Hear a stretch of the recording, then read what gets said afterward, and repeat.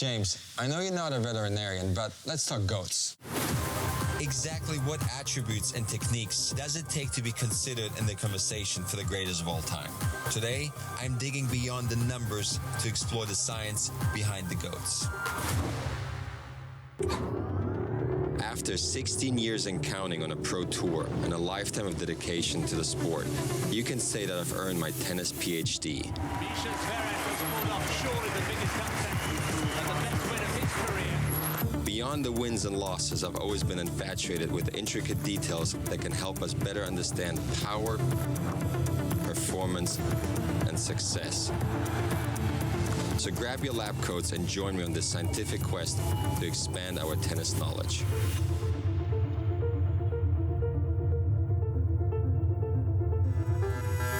Tennis has had numerous GOATs over the years, but it's been unusual to see so many in one generation. Roger, Serena, Novak, and Rafa have continued to dominate the rankings year on year, so we decided to ask biomechanics expert James Shaughnessy for his expert take. I want to start with Rafa. Rafa Nadal. Well, Rafa has this thing that we measure in biomechanics called the power to spin ratio. That's how fast somebody swings forward combined with how fast they swing upward. So Rafa has a swing that is almost equally upward as fast as it is forward. Novak Djokovic has more of a 1.6, closer to the golden number. So that means when he swings forward, let's say 160 miles an hour for an example, he would be swinging up 100 miles an hour.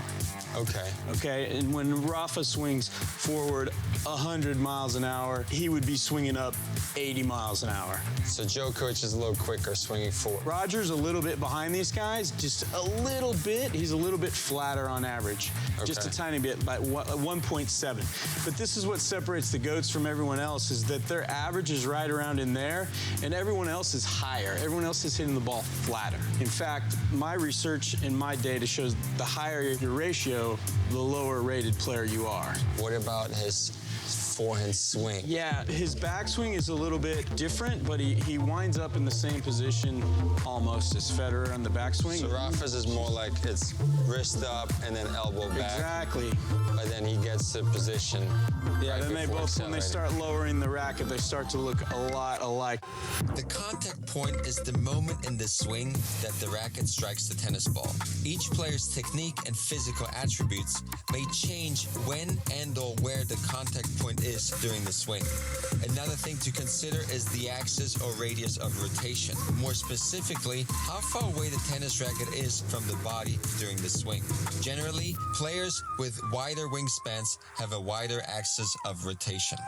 So Roger Federer has the widest shoulders that I've measured on the tour. So his axis of rotation is farther away, so he can reach farther as a longer axis of rotation. While GOATs have some things in common with their swing, there seem to be significant differences in how they achieve it. Both Roger and Serena used Eastern forehand grips, whereas Novak prefers the semi-Western grip. Novak Djokovic, he has a different grip. Novak Djokovic's grip is very close, and so when you see him go back, he wants to do the same move with his elbow. He gets it back, but his racket looks totally different because his grip is pure semi-Western. It faces the back fence. Yeah, the racket faces the back fence. So they're all loaded in with this elbow back position. That's called horizontal abduction of the upper arm. And so if you turn around and you put your elbow back, your shoulder blades come together towards your spine. Okay, that's retraction of the scapula. They all do that, and then they bring their elbow back. That's called horizontal abduction of the upper arm. And the pitchers do this all the time in baseball pitching when they want to throw the ball hard. The greatest players of all time would not have achieved such heights without a formidable serve. I'm interested in what the key trends are for a GOAT's serve. The greatest service, they hang in the air. They create hang time. Like Roger Federer, for example. He's not tall, but he serves well.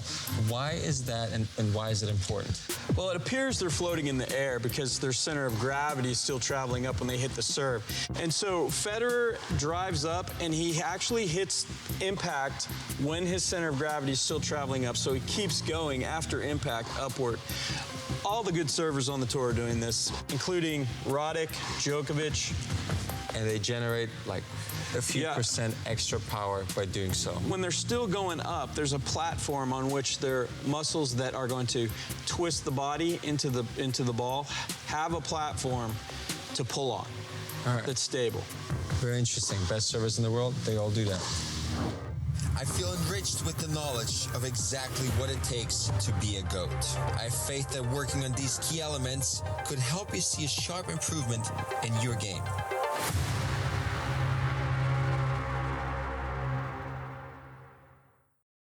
At Tennis Warehouse, we've always had a passion for tennis gear. We pride ourselves on our knowledge, research, and honest reviews of the products we offer so you can get the right gear for your game. Find the best deals on today's top rackets at tenniswarehouse.com.